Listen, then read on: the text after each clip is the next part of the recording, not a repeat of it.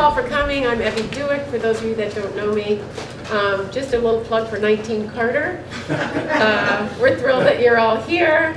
I'm taking the lead on this project, but there are hundreds of people that are working on this, making this possible. We're so excited that this space is being used tonight for this Meet the Candidates night, because it's one of the things that we had hoped would happen.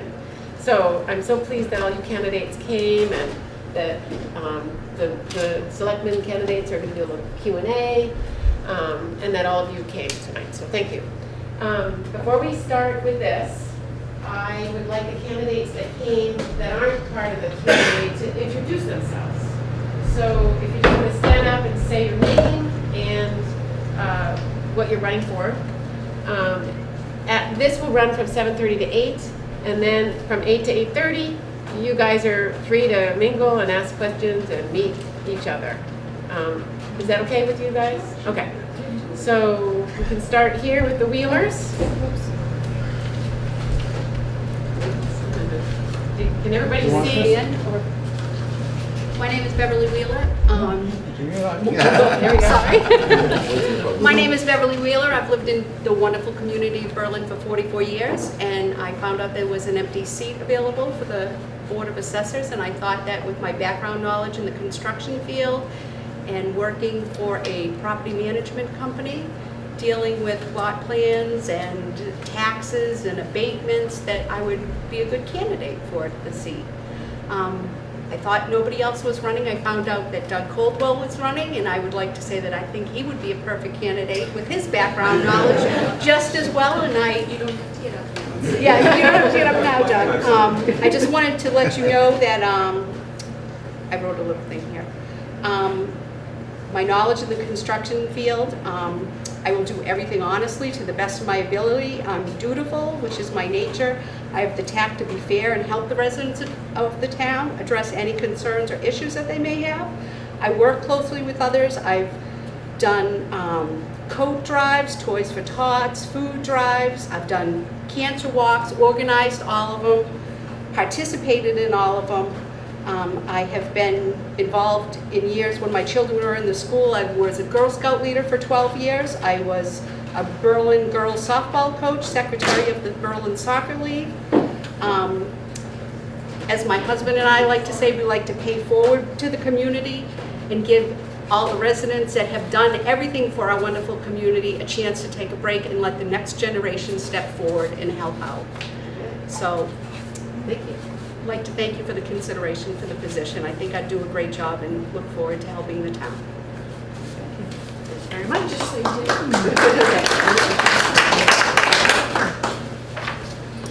Hello, I'm Bobby Wheeler, 32 West Street. I'm seeking re-election to the Board of Health. I've been on it for 2 and a little bit years. We've done quite a bit as I've been on it, and we've got a lot of plans to keep going, but we've worked together. I've worked great with my board members, and I think we've got some plans that'll keep everything running fluently and keep the costs down.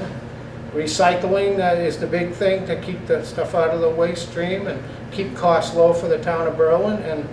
And we paved the transfer station, which made it a lot more accessible and safer for everybody to be down there. And there's a lot of other projects and green grants we could get. The more recycling we do, I think the more the state looks at us as better candidates for these grants. So the bottom line, more recycling, make it a nice, safe place for the community to go, take their waste and recyclables, and at the bottom line is keep the operating costs down and keep sticker fees down as best as possible. And I'd like to continue doing the job, and I guess that's about it. And if anybody has any questions, you can talk to me later. Thank you.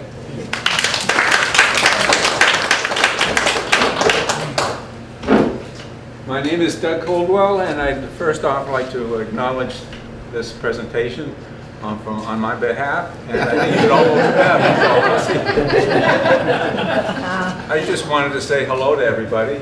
It's nice to see faces that I spent 44 years at Coldwell's looking at with your lumber questions and trying to find solutions to your problems. And it was fun. I enjoyed it. And there was there still is a lot of good people in Berlin.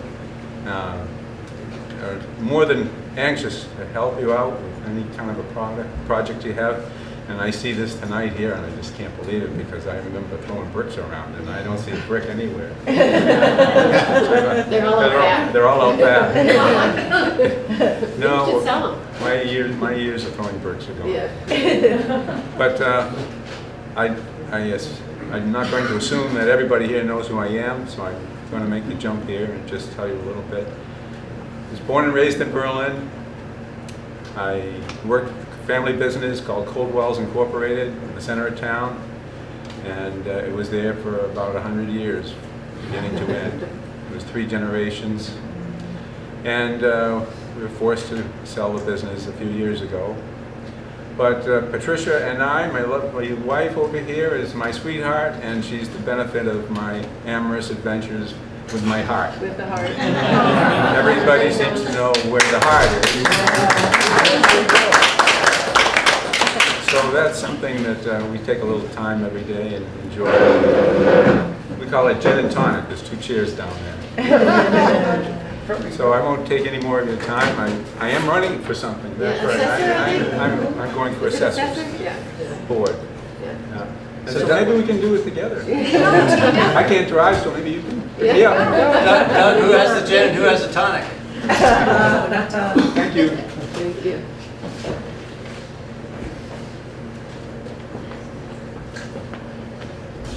Hi, I'm Richard Sardell. I'm a friendly tax collector, friendly as you can possibly be. I first came into this office 15 years ago. It was, if you remember back, some of you do, it was in disarray at the time. And it gave me an opportunity to contribute to the town and bring some professionalism to the department. I've enjoyed it. When I started, I proceeded through learning the laws, learning how to deal with it, gained certification after 3 years. So that's about it. I think we've had a good record. We keep our collections up. That's not always popular with everyone, especially motor vehicles. Motor vehicles are an annoyance to us all. But that's part of the job, and I'd appreciate your continued support. I'd also like to thank Evie for the opportunity to do this, because I had heard a rumor that I was going to retire, and I'd like to put that rumor to bed. I have no intention of retiring. My predecessor did this job well into his 90s, and I thought I would follow along with about the same pattern. So thank you very much. Thank you, Evie.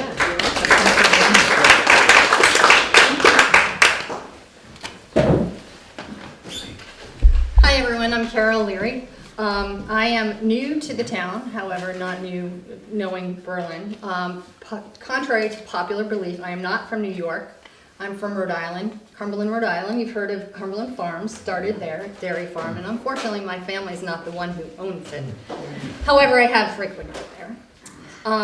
I want to share something that I had a conversation with my mother yesterday, and I shared earlier today with the seniors, and it was just right on. She's going to be 85 on Tuesday, and she wants to go out and do what she can, but she's having a little problem with her hearing. So the conversation went like this, and I wrote it down just so I could remember it exactly. So Mom, how you doing? And she has to go to the doctor. So I said to her, have you gone to the doctor? No, I haven't. But what are you doing today? So I said, I'm campaigning. What? You're painting?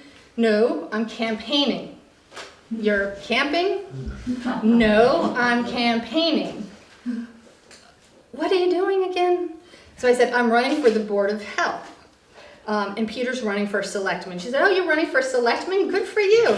I said, no? Oh, forget it. I'm cleaning. But anyway, thank you very much, Evie, and to you as well. Oh yeah, I'm running for the Board of Health. Thank you very much. Selectman?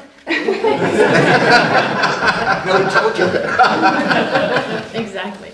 But thank you all for coming. I really appreciate it. And please feel free to ask any questions of me later. We wrote a letter to the item, so my position was there. Hopefully you saw it. If not, please feel free to talk with me a little bit later. Thanks very much. All right, thank you all. Now we'll begin the main event.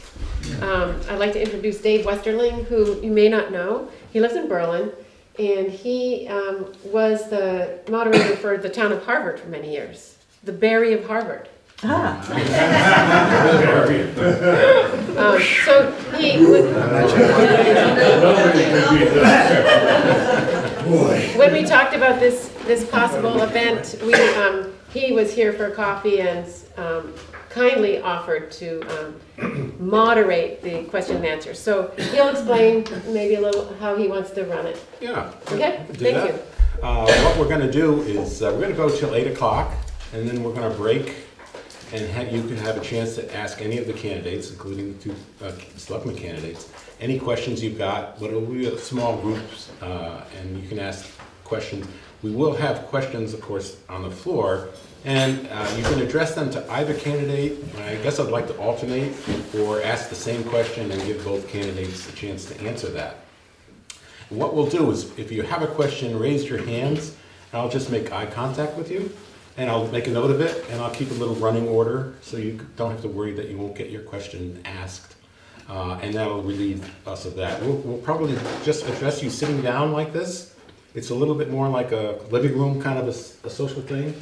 And then if somebody asks an uncivil question, I can't imagine that happening, but I'll make some corrections to that. So we'd like to keep it very civil and very informative. It's about the town of Berlin and where we're heading. So with that, I'll open it up for questions. And who would like to be the first person to ask a question of the candidates? Right in front here and then in the back. I'd like to ask Tom what a selectman does, what you're doing. Okay. Well, selectman is the chief executive board of the town, and it means you really do get involved in just about everything from bad dog hearings to being the sort of lead in terms of the budget for general government. I think one of the things that I've tried to do since I first became selectman in 2003 is to create advisory committees to the Board of Selectmen. So we, for instance, have the 1870 Advisory Committee.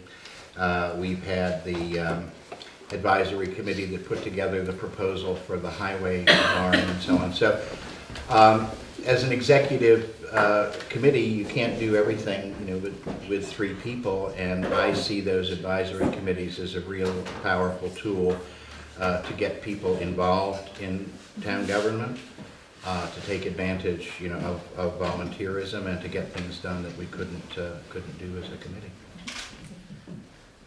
Would you like the same question? Sure. Okay. I view the selectmen as the policymakers of the town, the shapers of the town. Every organization has leadership, whether it be a very small one or a larger one. And in the setting that we're in a municipal town type of government, the selectmen are it. And so they don't only, strictly speaking, make decisions, they also conceive ways to approach different issues. And it's really a shaping role for the town. As Tom has alluded to, they're chief executives, that's true. That sounds very businesslike. The reality is that what the selectmen do shapes the direction of the town and makes certain that the town is going in the right direction. All right, have a question in the back? Initially for Thomas, we paid, as was indicated at the town meeting, $30,000 for a survey for police, fire, and rescue. I guess my question to you is, how do you see the selectmen handling that relative to integrating it with the public? Yep. First of all, as I think I indicated when I spoke on the town meeting floor, that was delivered. I got my copy in the afternoon of Monday, which was why nobody was prepared to speak about it in any detail on Monday or Tuesday night.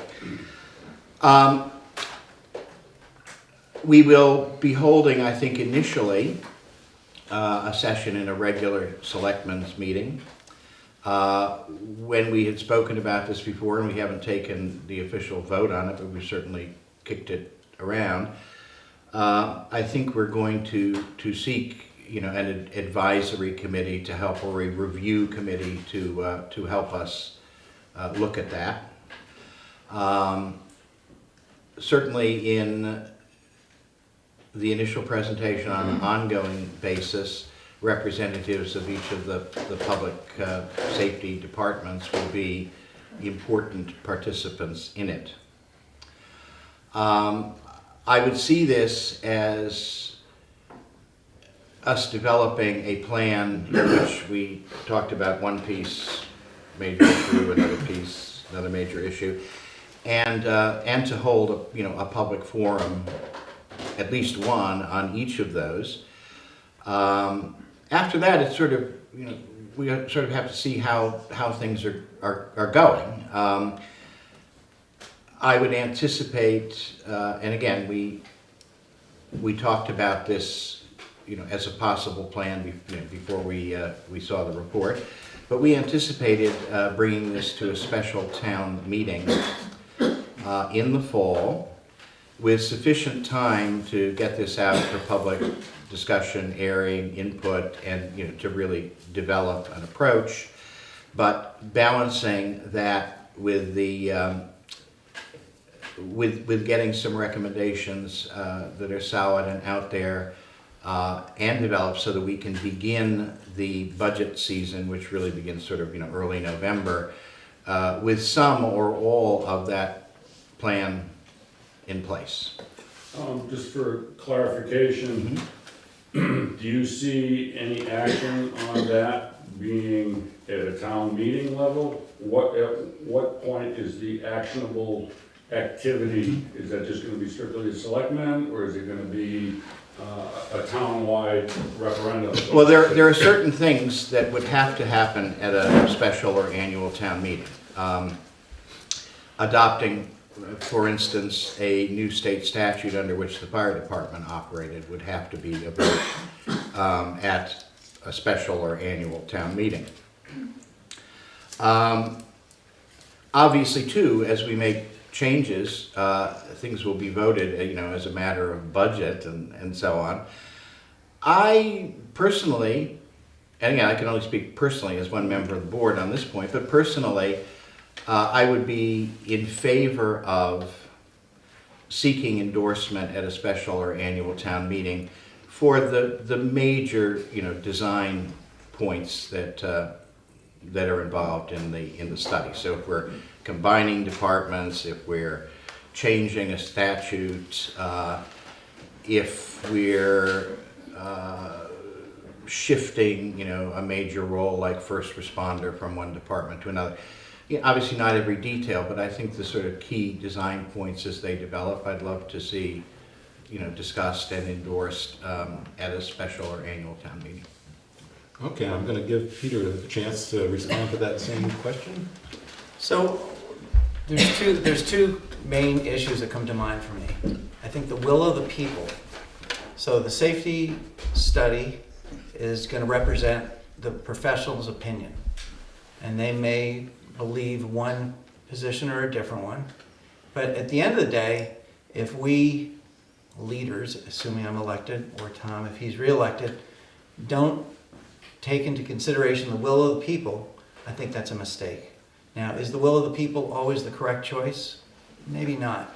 But I want to make sure that it's perceived by the citizenry that their input is not only heard, but made possible to be heard. And Tom talks about public hearings, and that's one way to do it. So that's that part of it. The other part of it is I want to set a finite time period. As we know, Walter has been on the bandwagon for the fire engineer thing for a long, long time. There's been a number of other inputs about how fire and rescue should be combined. There was the issue of the chief of police. I don't want it to drag on. I think it's dragged on, and I have been through the mud with this terribly long. As you know, Carol and I have only been here some 7 years, but I think it needs to get taken care of pronto. It's a little bit disappointing that this safety study, and I don't blame Tom for this in the slightest, has taken a little longer than it should have. It's my impression it was to arrive a couple of weeks ago. Now it's in draft form. Am I wrong, Tom, or is it final? It's in draft form in the sense that no one who has commissioned it has had a chance to read it fully and to be sure it meets the specs and the requirements. So the final form, whether it be a day out or a month out, is still another period of time out. And if elected, and that would be, I would start making decisions in the next 10 days perhaps, I would make sure to put a finite timetable on it so that everybody knows this is our goal, this is the process that we're going to go through to accomplish that goal, and the steps that will be taken, so that not only it doesn't drag on, but people feel there's some finality to this. Okay, question, another question in the I back. actually have two. You have two? All right, 1A and 1B. Well, one is based on the subject you're just on. Okay. Will the report be made public? So that, okay. And will be notified when it's made public? How? I think we intend to, I mean, it's just, even the draft is a public record at this point, so somebody could request it. That's a subject that I am no doubt, we will no doubt deal with on Monday night, and my feeling is to get it out, you know, as soon as we're sure that there aren't any, you know, howlers in it, like, you know, section missing or. So we would need to do a formal. No. I'm saying today, it's a public record. What I'm saying is that Monday, we will be talking about how to affirmatively get that out to the public. My feeling is it's probably going to be posted on the website or the Facebook page. But again, it came in Monday, and we had about a 20-minute meeting before annual town meeting, so. Yeah. Mary, can I just jump in for a second? Yes, please, and So- then you have the second question. So I'll go make ahead. it snappy. So would you be willing, assuming the board concurs with you, to commit to this crowd that it'll be published as soon as Mary can get it published? Let's say tomorrow doesn't count, Monday perhaps doesn't count, because you won't meet until Monday night, but it'll be published Tuesday unless there's... Now, this is, now I won't, because that's a decision that's made by the board, No, I and said I'm not going to make subject to the the kind board. of, I'm not going to make the kind of, you know, promise for a board without consultation that, you know, we have trouble with some of the existing members. What I said was, I think all of us feel it goes public with all possible speed. And we will be talking about how to do that as a board. But Tom, you can't, forgive me, you can't be a little bit pregnant. Either it's public or it's not. And if it's public, commit to it. What was your question again? Your question was about when it was going to be released? No, it was, will it be? Will it be released? Okay. And what was your second question? Second question is for both candidates. Maybe we'll let What do you Peter answer feel- this first. Go ahead. Okay. What are the three biggest challenges you personally feel the town faces, and how should it be addressed? So it's not just a challenge, but how it should be addressed. Okay. I think there's a perception of,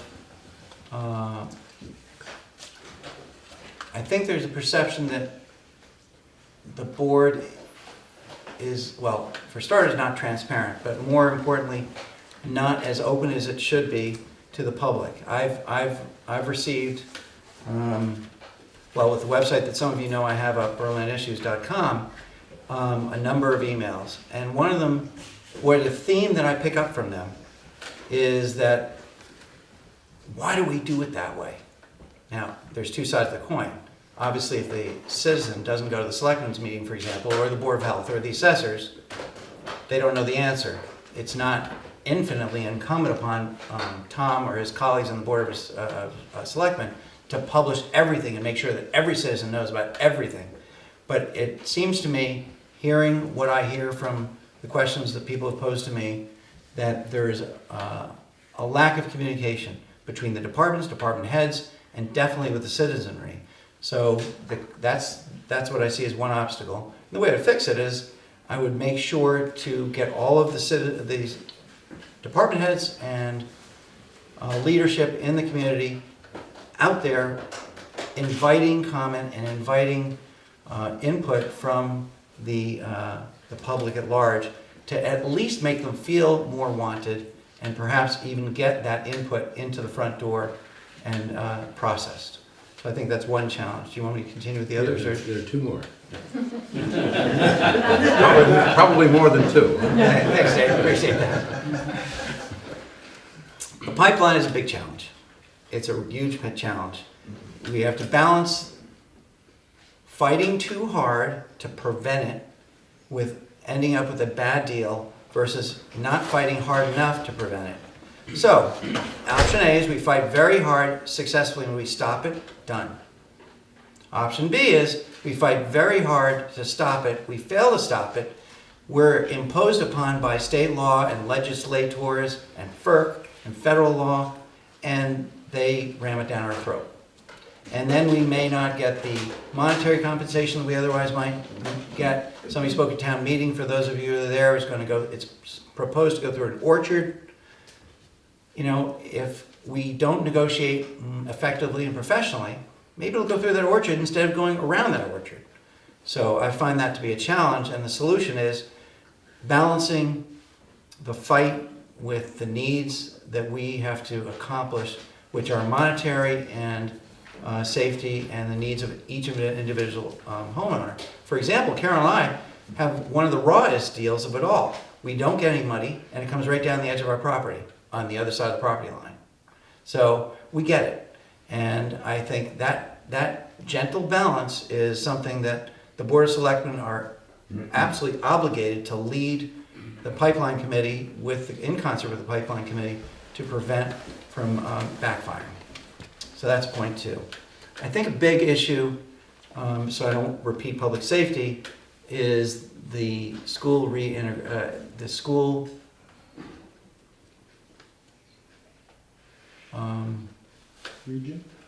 regionalization, thank you, issue. I don't know a lot about it, but I do know it's a hot button for a lot of people.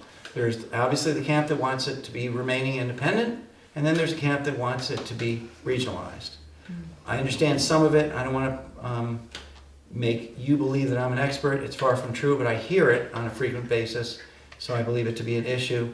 I think more review. I think there's a grant that I put in my flyer that we didn't accept that is connected with regionalization, and I think we need to look at it more so that we can attempt to satisfy the most amount of people and thereby have the citizenry happiest as possible. Okay, and Tom, three Yes. challenges? Yeah, I think the largest challenge that we have is the development of the town, the development of the population, the profile of the population changing. We've gotten a long way, and I think we have done very well with, if you will, sort of amateur government and volunteer. And I think that it's very important to continue that.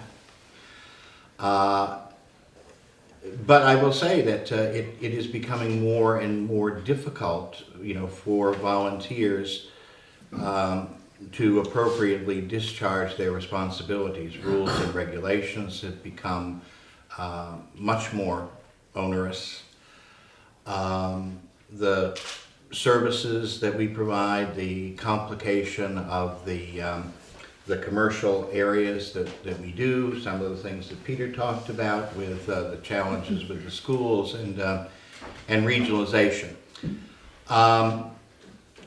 As I say, we've tried as a board of selectmen to address that issue by having committees, and Peter alluded to the Pipeline Committee, which is one of those committees that I think we put in place to encourage people who had feelings about issues to very actively participate and actually advise us. So I think the growing complexity of of local government, and how to balance that and how to maintain a high degree of volunteerism is really a key challenge. I think another challenge is how to manage prosperity, if you will, over the next 2 or 3 years. We're going to have a lot of commercial development, come online, and how do we balance money coming in without bloating the budget, but also taking, I think, opportunities to address infrastructure issues where we still have problems. And I would note in that the library, I think, is still problematical. I think the issue that we talked about with access to the 1870 town hall and the highway barn. I take a great deal of pride in the fact that we've kept tax burdens reasonably level and addressed the maintenance of infrastructure. I think that's a real key to how to use these years of prosperity, because then if commercial property diminishes in value and so on, you've already taken care of major capital expenditures. And I think I agree. The pipeline is an issue to deal with. We've been active in talking to the state representatives on this. There are some very protective aspects under Massachusetts law with respect to conservation land and so on. There's an exemption that prevents companies and public utilities from exercising eminent domain on conservation, parkland, and so on. And fortunately, FERC, because it was passed and organized under Republican administration, and I want to thank that administration, because they actually have a provision that says that FERC is to pay a good deal of attention to sort of state and local rights with respect to that. So I think it will be an interesting project, and it's been, there's been a great deal of work done with a volunteer board on that so far. No, I've got a question up front here. There's an advantage to sitting up front. And then, did you have comments? Just that I think we might want to go longer. I think there's people that have questions that. Yeah, we'll go. We'll continue a little bit longer. We started a little bit late, and Yeah. and so and then I'll You want to continue. make sure they get their money's worth. Oh yeah. My question is for both candidates. Mhm. There's a lot of talk about regionalizing the dispatch center. And my question, there's two parts to my question. One is, how do you feel about regionalization? And how would it how would it be done if we went to regionalization? Would the selectmen make the decision, or would it be a vote of the people? Well, this question is about the dispatch, regionalization of the dispatch center. And would you like to go first? Peter would like to You go wanna first. I just gabbed on for a bit. Sure. Okay, Yeah. all right. So, let me answer a question that wasn't asked. The broader question that wasn't asked is, when is it time for the question to be taken out of the selectmen's hands and put in the people's hands? I think that shift there's a time for that shift to move from the selectmen's hands to the people's hands, whether it be as a ballot question or another way, or even a straw ballot. So, I haven't read the study. I want to hear what the study has to say. But if the study and the selectmen are inclined to go with the regionalization, I would probably adopt that, but I wouldn't want to force it down the throats of the citizenry. I think at the end of the day, we're not New York City or Albany or Boston or a big city where it's just the way it is. The leaders run it, the end. We're a small community. Everyone knows everyone. Everyone cares about what everyone does. And when somebody hurts, somebody else tries to help. And when somebody wants help, it happens. So I guess the long answer to your question is, I think I'm for regionalization, in spite of one of the constituents coming up to me saying, I hope you don't vote for that, because my wife is going to lose her job if that happens. And at the end of the day, there's got to be some give and take. And amortizing costs is really, really valuable. It's like the ladder truck. Do we spend $950,000 on a ladder truck, or $25,000 a year on renting one, or do we consider mutual aid for that eventuality? It's not like we've got dozens of high rises. I'm not recommending against a ladder truck, but I think it's absolutely incumbent upon the current selectman or the new selectman, whatever it may be, to make smart decisions, but not lose sight of what the will of the people are. Yeah, I mean, I think it's definitely a question that will be dealt with as part of the reorganization process. We had gotten some information on it because Bolton, actually, looking at reorganization or regionalization, had gotten a grant, and they looked at two sort of test instances in their grant. One was regionalizing with, I think it's a 5-town, don't hold me, but I think it's 5-town up at Fort Devens. And then they looked at that, they looked also at regionalizing that function with Berlin as a sort of a test case. So the only reason that issue has gotten, sort of slightly ahead of the other reorganization issues is that Bolton commissioned, a study, and it didn't cost us anything. They determined that they were going to, and they have voted to go, with a regionalized approach. We're going to go up and visit it and look at it, but it's definitely something that will be considered, and it is.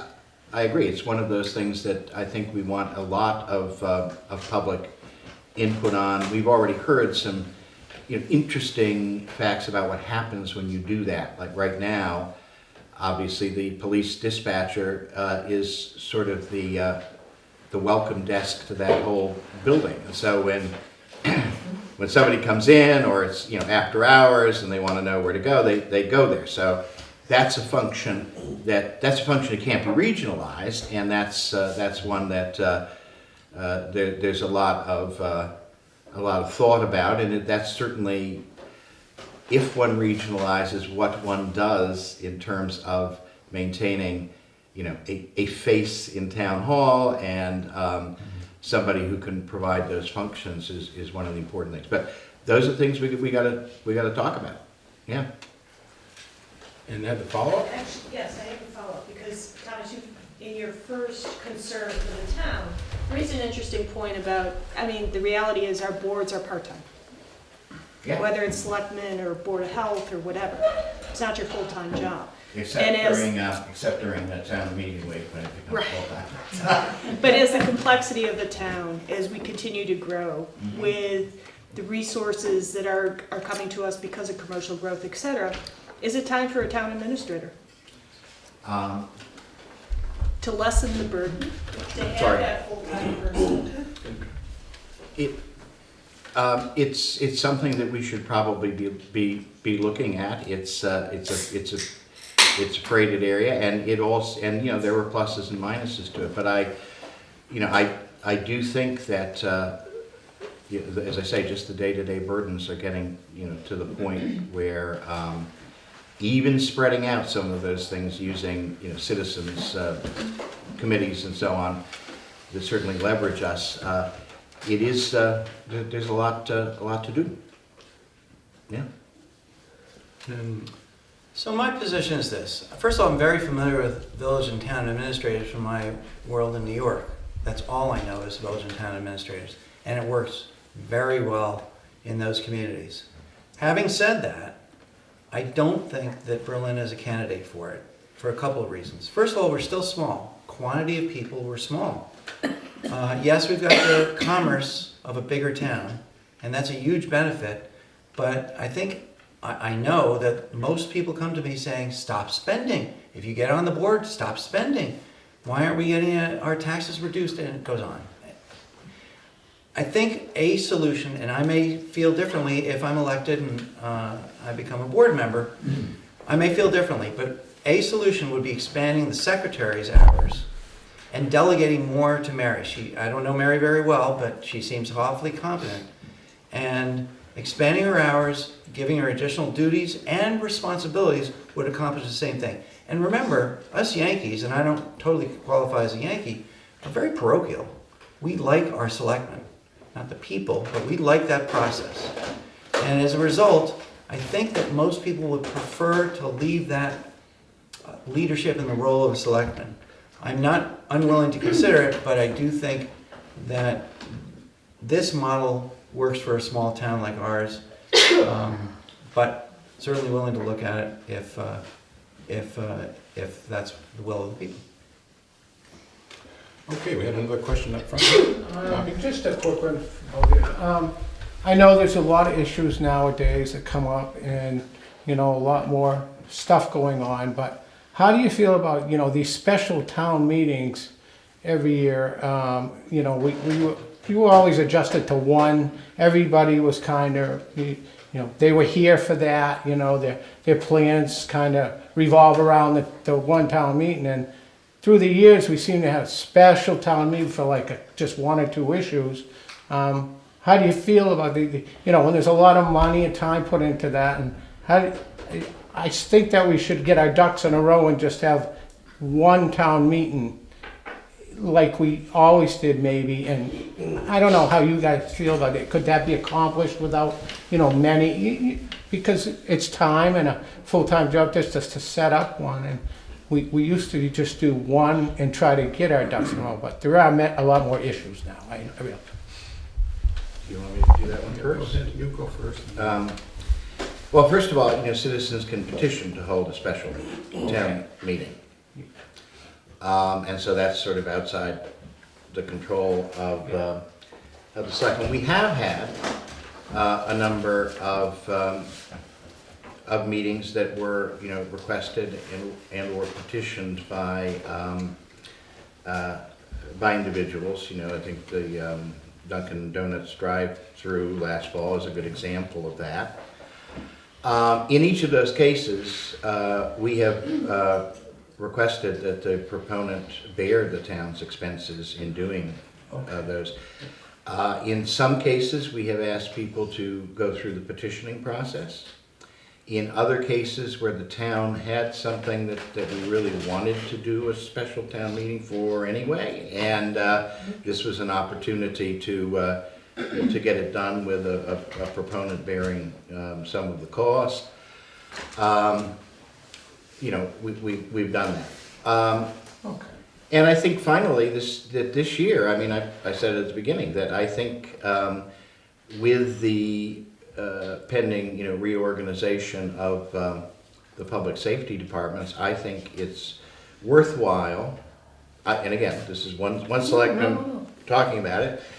I think it will be worthwhile to have a special town meeting that was dedicated to that issue, because if you put it on the annual town meeting, by the time you go through the budget and the schools talk and this and that, and people's panties are getting tired and they start to leave, I think it's good to have it would be good to have a special town meeting that's focused on those issues.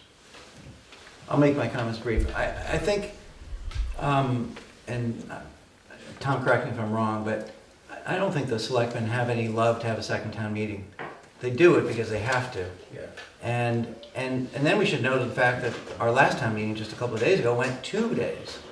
So one could argue that it makes sense to do part of the work at the 6-month mark and part at the 12-month mark. I don't know if that's a smart approach, but it is an approach. And so I'm sure when the selectmen put a special town meeting on, not a citizens, but a selectmen's meeting, they're doing it for good cause. And beyond that, 12 months is a fair amount of time. A lot of things change in 12 months. And I think even if they don't want to do it, they're probably obligated to do it out of necessity. And Tom, correct me if I'm wrong. Yes, I say, we're obviously obligated to do it legally if a citizen, petitions sufficiently for it. The other times we've done it is, yes, where we feel that there's something compelling that the town has to deal with that has to be dealt with at a town meeting. So we don't do them because nothing's on television. So. We have a question right in the middle here. So on that topic, we had an issue where the annual town meeting voted down the purchase of a police cruiser. And then at a special town meeting, the same thing was back up again and was approved by a much smaller vested audience. Mm-hmm. That doesn't seem right. So that's a question. What do you feel about that? I'm not sure that was a question. It sounded like a statement. Dave, let me grab this. Sorry, thing. I'd rather. Go ahead. Bill, let me grab this. Bill, is there anyone that doesn't know the word stacked? Right? So, I don't know enough about Berlin politics or politics period, but clearly it's possible for anything to be stacked. Whether it was stacked in that case or not, Tom can address better than I can, but I think you make a valid point. Given the right circumstances, things can be adjusted so that there's an outcome that a group wants more than another group. Why is it allowed back on the warrant within a 1-year window? Tom? Basically, our policy as selectmen in terms of putting things on annual and special town meeting is that if requested by a department head or if requested by another board, we will put it on unless we consider it sort of, illegal, immoral, or fattening, and then and then put it to the people. I would say in the example that you gave, obviously the special town meeting is as open as the annual town meeting, and people who have an interest in things can go. I mean, I've got to go and sit there all evening if people have a feeling about because that's part of democracy. I mean, there's a portion of it that's just glutenal fortitude. You just have to go and sit and be there to do your vote. If there were a rule, and one could establish a bylaw that said that, but there is none. And in the absence of a bylaw, we've sort of followed the policy that we are not judge and jury on what department heads and other boards want to put on the warrant. If we start to go that way, we do have the power to say, oh no, we're not going to take anything from rec. We're not going to take anything. You have to go a citizen's petition route. And we feel, you know what? You just, that's got to be a rule that if, have courtesy to department heads and board heads, so. George? I don't know if you're aware of this first, but could you give me a reason why you would not want to reduce the tax rate? I have to think about that for a moment. Maybe you can- No, I'd love to address it. Well, for 2 reasons. It might make some citizens suffer. I can't imagine how. Or if there is not sufficient money to do that, either from a cushion standpoint or cash reserves. That's the only reason I could imagine that. Now, capital plans are very important. Future planning is very important. In the information that I've put out there, some of you may have read something called a Proposition 2.5 underride. I don't know if that rings a bell. That would be a way to accomplish if the citizenry wanted that, and correct me if I'm wrong, that would have to be voted on, either as a warrant or perhaps even as a ballot item. But that would be one way. I believe it's ballot. Yeah, that would be a way to, politely said, encourage the reduction of taxes. Now, it's pure arithmetic. Either you have it or you don't, or you cut services or you don't increase services or you don't. I'm of the belief that, as Tom said, rightfully so, we're in a prosperous time, and we definitely should not lose sight of that fact. And if bricks and mortar starts losing way to online sales, that 100,000 feet at Cabela's, for example, might not be quite so exciting in 5 or 20 years. So I'm in full agreement with your question or your inference that taxes should be reduced and there should be a way to do it. That's what you're inferring, if I may. And I can't imagine a reason not to, given the arithmetic. So 2.5 underride is like banking the levy limit? It's reducing it. It's reducing it instead. It's sort of the mirror image of a 2.5 override. You reduce your levy limit by vote as opposed to increasing it. So for example, if we needed 3.5%, we would have to have a 2.5 override vote. If the warrant article or the ballot article amendment said we wanted our town to be 2%, 1.5%. Then that 2.5% that we're all familiar with would become 1.5%, whatever it may be, and it would require a vote to go beyond that, as it does this minute at 2.5%. And Tom, you want Sure. to answer that? Yeah, I think as revenues increase, I think that returning, some of that increase by, lowering the tax rate should be a real priority. The only priority that I see that is anywhere near that priority is, trying to complete some of the capital improvements. And again, I think those are important now because we have really historically low, interest rates. Borrowing money to do those, allows us to spread the expenditure over a period of time, to coordinate that with lowering rates, and it's not going to cost us very much to spread that out. So to me, there are two things we got to look at as this new tax base is fully deployed, and one is paying attention to returning some money to voters by lowering the tax rate, and the second is, and I really see it as sort of soaking up some of that new revenue. If you use it to put an addition on the library or something like that, that goes away in 4 or 5 years, and you haven't incorporated that in an operating budget that perpetuates forever. So I view those two things as the things we need to look at as this money comes in. Okay, it's about 8:15. We might take one more question, and then we'll break up. I'd like to give the other candidates a chance to meet and greet. But let's take one more question. I don't know if this is so much a question, but as we sit here, one way or another, 2 of our selectmen are in this room. And one of the things that I noticed... Was that a public meeting, Pro? One of the things I noticed at the recent town meeting, and I'm going to say this is should be incumbent upon the selectmen, and maybe in conjunction with FinCom, but as a voter, I'm sitting there not really knowing what kind of mitigation funds we have coming in over what period of time to make an educated judgment on where to spend the money. We were all in the dark. Selectmen have some knowledge of it, I know, so does FinCom. I think the challenge for the selectmen is to get that out to the public so we can make educated choices. I mean, people hear, the elevator. People hear the elevator project, they hear 850,000, Right. and it stops right there. Yeah.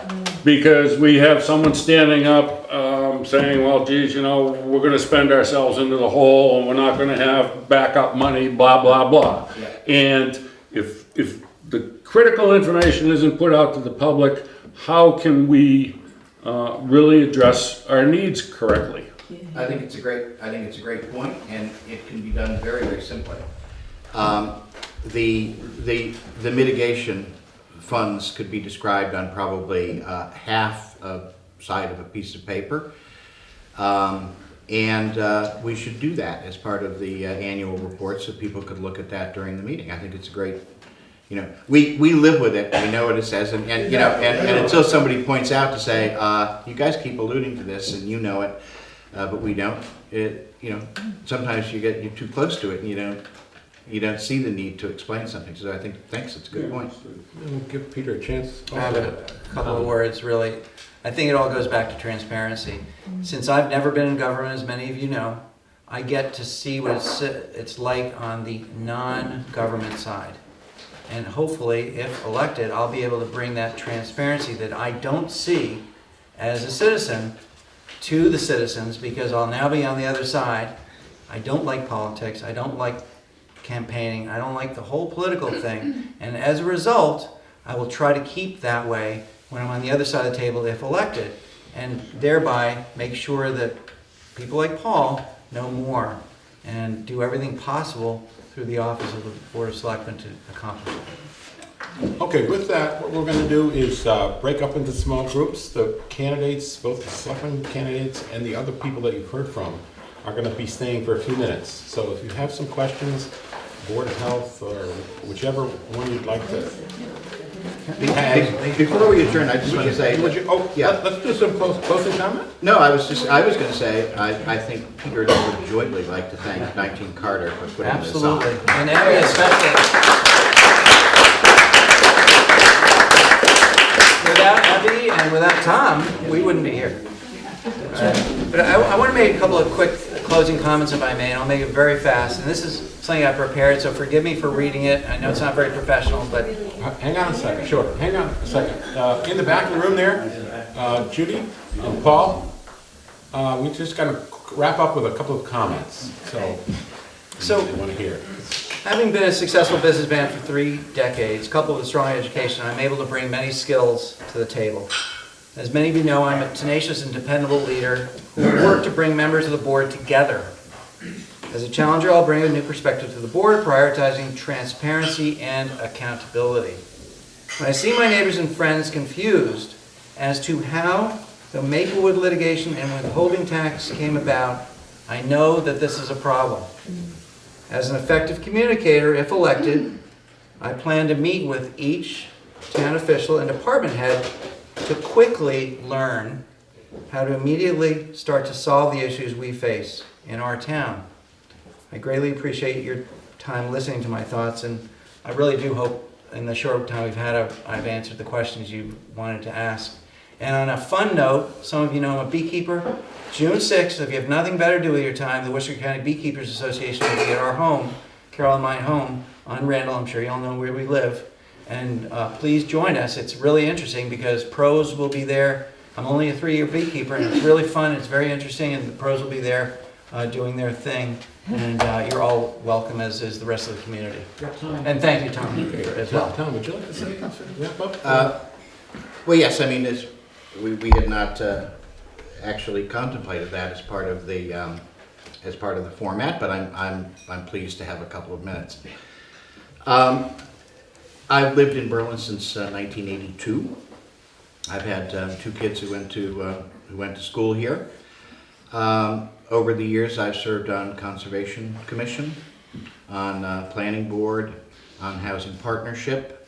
I've also been one of the lead negotiators in each of the major mall negotiations. And I believe we've been very successful in that. For instance, with respect to Highland Commons, we were so successful that Hudson asked to do a mulligan, and they had finished their negotiation with a much larger staff and much more support.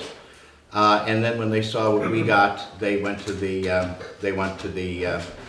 developer and said, we'll have what Berlin's having. So, I think I've contributed very much over the years to, I think, both the fiscal health of the town and dedicated a lot of time.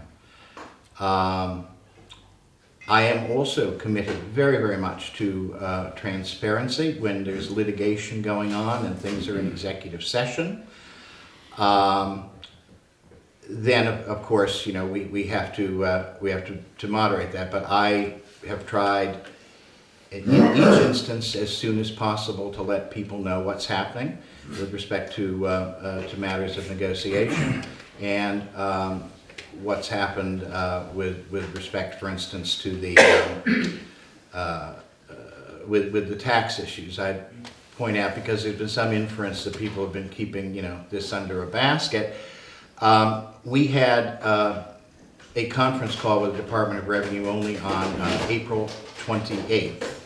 So that was like the Wednesday or Thursday before town meeting, in which we were finally able to sort of fully define the project. So I'm I'm committed to the idea of public service. I think I'm a proven quantity. I think I bring a good deal of expertise and dedicated representation to the town as it deals with developers and other towns and so on. So I would appreciate your support next Monday. Thanks. I would like to thank the candidates, but also I think thank you all for coming and participating. This is what government is all about, and it's really a rewarding to see a full house here, and well done, Evie. So again, applause for all the candidates.